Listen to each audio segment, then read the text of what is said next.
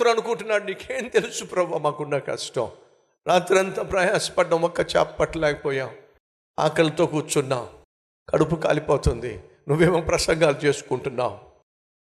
ప్రసంగం పూర్తి చేశాడండి. పూర్తి చేసిన వెంటనే పేతురు వైపు చూశాడండి. పేతురు రా, నీ పడవను లోతుకు నడిపించు. నేనే కానీ పేతురు ప్లేస్లో ఉంటే ఖచ్చితంగా అడిగేవాడిని, ఏం ప్రభువా మళ్ళీ వేరే మీటింగా, వేరే చోటకి మళ్ళీ మీటింగ్ వెళ్ళాల్సిందేనా మనం అడిగేవాడిని. పేతురు రా,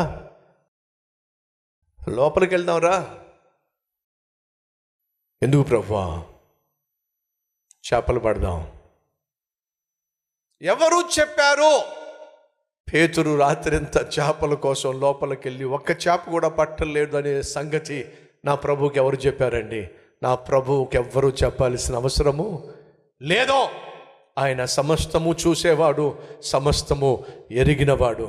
నీ బ్యాంక్ బ్యాలెన్స్ నిల్ నీ భార్యకి తెలియదు, నీ కొడుక్కి తెలియదు, నీ కూతురికి తెలియదు. ఒకరోజు ఒక సహోదరుడు వచ్చి నాతో చెప్తున్నాడు, అయ్యా ఒక పెద్ద కంపెనీకి యజమానిని నేను, ఆ కంపెనీలో నాకు పార్ట్నర్స్కి మధ్య గొడవ అయింది. కంపెనీలో ఉన్నటువంటి డబ్బంతా కూడా అన్యాయంగా వాళ్ళు తీసేసుకున్నారు. ఇప్పుడు కంపెనీ నుంచి నాకు రావాల్సినటువంటి లాభాలు ఏవైతే ఉన్నాయో ₹1 కూడా రాకుండా వాళ్ళు చేసేశారు.